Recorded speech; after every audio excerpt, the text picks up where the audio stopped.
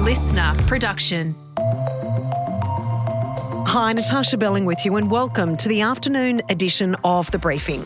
Coming up in our deep dive, Donald Trump today marks 6 months as US president. But as pressure grows for him to release the so-called Epstein files, we unpack the latest developments in the greatest scandal to rock his rollercoaster presidency and ask, could this conspiracy and alleged cover-up end his leadership, or will he bounce back stronger than ever?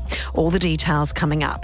But first, let's check the afternoon headlines this Monday, the 21st of July. The coalition has been smashed in the first Newspoll since its historic defeat in May's federal election. Support for the opposition is at a 40-year low, with Prime Minister Anthony Albanese also way ahead as preferred PM, scoring 52% compared to 32% for opposition leader Sussan Lee. As Parliament resumes this week, childcare reforms and tax changes are top of the agenda. Miss Lee says she is ready for the tough job ahead. The real work in the Parliament of Australia will start this week, and I'm up for the job. I'm excited, and I know all of you are too. Australians deserve the strongest possible opposition. If the Prime Minister and his team brings forward constructive policies that are in the national interest, then we'll support them and we'll work with them. Overseas now, and it's feared a number of people are dead after a ferry caught fire and sank in Indonesia. It's estimated more than 500 passengers were packed on the passenger ferry, with hundreds jumping for their lives into the water as the vessel caught fire. It comes just weeks after another ferry disaster near Bali, where 19 people were killed and 16 others were missing. And investigations are underway after a reported crocodile sighting in Noosa, around 300 kilometres from their usual habitat.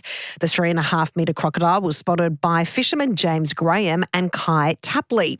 James spoke with Channel 7 about the unusual sighting. Well, I've got to say, the day started where there was rumour that someone saw a crocodile, and I thought, in the middle of winter, as far south as Noosa, that's just ridiculous. You know, maybe they let some Victorian up here again and they spotted a stick floating down the river. Right. But then I thought, go fishing, get out on the water, see what's about. And when Kai pointed that out on the Garmin fish finder, I knew straight away, that's a croc. Now it's time to get into our deep dive on the latest developments with the Jeffrey Epstein story with US political expert Cory Alpert, who also worked in the Biden administration. While pressure grows on the Trump administration to reveal all they know about Epstein, who was a convicted child sex offender, Cory says he believes there is an Epstein list, allegedly with the names of very powerful people from both sides of politics. But he says President Trump can survive this latest scandal. It's all been a big hoax. It's perpetrated by the Democrats, and some stupid Republicans and foolish Republicans fall into the net, and so they try and do the Democrats' work. They're stupid people. Cory, thanks so much for joining us. There is so much to unpack with this Jeffrey Epstein story, especially over the last couple of days. But Friday, our time, there was this bombshell report from the Wall Street Journal where they published allegations about a present, a card that Donald Trump had allegedly gifted to Jeffrey Epstein for his 50th birthday. Unpack for us how significant that report and those allegations were in this ongoing story. That letter came out here in the States Saturday, our time, so the middle of the weekend news cycle. And it outlined something that I think we've all more or less known to be true. It's not a secret that Epstein and Trump had been friends. There are videos, there are photos. Trump's denial seems to be quite silly that, he would never draw figures or that, he sends letters to everyone. We know that they're friends. I don't think this is anything brand new. The closeness and the lewdness. The lewdness of the letter, I think, is what stood out to me, that he was willing to put that on paper. For public officials like Donald Trump, for anyone who's in public life, especially at that level, they're aware that any of these letters that they send will become part of the public record. It's the reason why anytime anyone gets a letter from the president, it's gone through 14 different lawyers, or anytime anyone gets a letter from a normal president, I should say. Now, the interesting thing that's happened here in the States since this Wall Street Journal letter came out is it's really realigned the MAGA world, both at the grass tops and the grassroots. You've seen people like Charlie Kirk, some of the big MAGA influencers, or even Marjorie Taylor Greene, some of the MAGA influencers who had really latched onto this story as a way to go after Donald Trump. They've now taken this Wall Street Journal piece as a way of sort of reframing the debate. And now, instead of it being, Donald Trump is hiding the truth, it's that the media are going after Donald Trump for something that they see as ridiculous. And it's allowed this MAGA base to reshift. And rather than, I think, the fracturing that we saw over the last week or so, I think it has allowed this restructuring into a narrative that Donald Trump has really been trying to latch onto for the last 10 years. There were real concerns the last couple of days before this Wall Street Journal article, Cory, that this split within his MAGA powerhouse, his power base, could be very damaging for President Trump's leadership. Do you still think that's the situation or not? I think that this is the inflection point where the story has the potential to change. As it stands, I don't think that this is going to be a major rift in the MAGA movement, because it's allowed Donald Trump to position this sort of big media organization that's controlled by, this entity that's become a boogeyman, and saying that he's a victim. And then this is what Donald Trump has been doing for 10 years, is presenting himself, a billionaire and everything else that comes with that as the victim of a witch hunt of everything else, and as the shield that's protecting his voters. So I think that, in a way, this story for about a week really had the look of something that might fracture Donald Trump's base. But this story and the way that the White House now has been able to spin that, both with these grass top supporters and with their grassroots supporters, I think that they've taken a crisis, and they've taken this update to a crisis and turned it into something that may not be to their advantage, but at least isn't as venomous. So, Cory, in regards to today, has officially marked 6 months that President Trump has returned to the White House for his second term as US president. He marked this occasion by putting out a social media post saying, and I'm quoting President Trump here, "My poll numbers within the Republican Party and MAGA have gone up significantly since the Jeffrey Epstein hoax was exposed by the radical left Democrats, just plain troublemakers." Could we start to see a shift in this towards, as what you're hearing on the ground, that it actually will turn his MAGA power base back to support President Trump? I think that's the direction we're headed. I think those of us on the left in the United States, and those of us, broadly, who are critical of Donald Trump and of the Trump presidency, we're always kind of looking for one of these stories. But Donald Trump has this incredible ability to weasel his way out of these incredibly thorny situations. And we're now back in a situation where his base, they're well aware that he was friends with Jeffrey Epstein. They're well aware that he was likely implicated in these scandals. But what I think the Wall Street Journal piece in the last couple of days that Trump has been able to do has been to make this not the main story. And the Trump world is doing what they always do, which is they deal with a scandal, and then all of a sudden they start throwing out 14 other things that the media have to talk about. And when the president of the United States is doing that, and when the director of national intelligence is doing that, then all of a sudden it goes from being the number one story to now it's the fourth or fifth story. And then by the end of, it's Sunday here in the States now, by Tuesday or Wednesday, it'll be the fifth story by the time something else happens.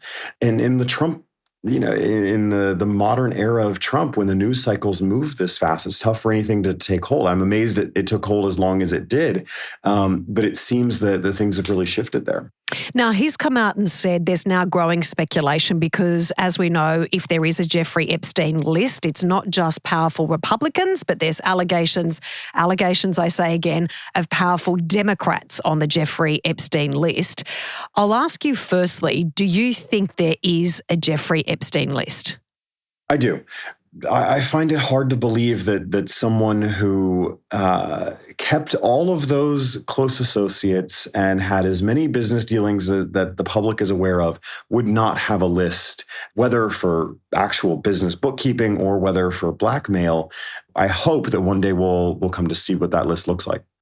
Cory, in regards to both sides of politics, and you mentioned before that President Trump is the master of the media message and great distractions, bright, shiny light to get the attention off what's actually happening. In regards to the Democrats, now there are reports that US administration is going after former President Barack Obama with allegations of some form of conspiracy. Can you unpack that for us? So what this story is about is that Tulsi Gabbard, the current director of national intelligence, put out a letter essentially accusing former President Obama and a slew of other officials of more or less defaming, if you want to put that term on it, Donald Trump, and saying that about former President Obama's statements about the impact of Russian information operations on the 2016 U.S. election, as well as what was going on in the 2020 U.S. election. So this is, in my view, another attempt by the Trump administration. They're dealing with a tough story. They're dealing with something that won't go away. The media really are continuing to dig in, even as their base, I think, is beginning to shift a little bit away from the negative impact here. They're throwing stories out. This story has absolutely no merit, not least of which because the Supreme Court, at Donald Trump's behest, ruled that a president, while sitting in office, cannot commit a crime, essentially, that everything falls under their official duties. This was the ruling that kept Trump out of jail after January 6th. So what Gabbard is insinuating here is just patently not true, but I think it's another attempt to throw something out that people have to react and respond to that is not this Epstein list, which frankly is all quite silly because had Donald Trump just released a probably doctored version of the Epstein list early on, none of us would be talking about this. They never would have had to deal with the potential rupture in his base. They never would have had to deal with this being the number one story across the world for a week. But I think largely what this is showing is that there is something that could pull voters away from Donald Trump. Cory, Jeffrey Epstein's former lawyer has now come out saying the co-conspirator of Epstein, Galain Maxwell, should actually have her 20-year prison sentence commuted. He says that she should actually be called to give evidence in front of Congress. She should be given immunity. Do you think we ever will hear from Galain Maxwell, and what could she reveal? I think there's a chance, just looking at public reporting, it seems like something that's going in that direction. And given Donald Trump and Pam Bondi now openly saying that they're willing to open up credible evidence, whatever credible means in Pam Bondi's mind, I think that there is now a possibility that Ghislaine Maxwell ends up testifying. Now, we'll see what bars are put around that. We'll see if that's public testimony or is that a closed door deposition that we only ever get a transcript from. But it does seem that public interest in this is such that is now more of an option than I think it was a week ago. This is still something that is still gripping the United States and gripping the public interest here. But that said, I could also see a world in which, the Trump administration waits this out another 2 weeks, launches another series of public distractions, and then all of a sudden Ghislaine Maxwell gives a behind-the-scenes deposition in which she speaks in a boardroom with a couple of lawyers, and then in a year we get a transcript in which we find out that, nothing she says is really that interesting. What I hope is that this becomes public. And I think that even though there are likely names that will hurt my party, this is still something that the American public are taking seriously. And we as people in public light and people who hold jobs that I and my friends used to hold in the White House, the American public are looking at this regardless of party and seeing this as a litmus test for how honest an American administration and an American president can be about something the American public really care about. They should take that seriously. And what bothers me, I think, is how cynical they're being with the American public's attention here. That this is a story that, like I said, the American public is looking at this as a way of telling how open and transparent this administration will be about something that potentially damages friends of the President of the United States. I have to believe that at some point that has to matter, that the American public have to look at that and make decisions for themselves about how honest this president is or isn't. And this seems like one of those places. It's going to be fascinating to see how this plays out. We really appreciate you joining us. Thanks so much, Cory. Thanks for having me. That was US political expert and columnist Cory Alpert. And that's it for this episode of the afternoon edition of The Briefing. We'd love you to subscribe or follow us on Instagram at The Briefing Podcast, and we'll be back in your feed tomorrow at 6 a.m. I'm Natarsha Belling. Thanks for your company.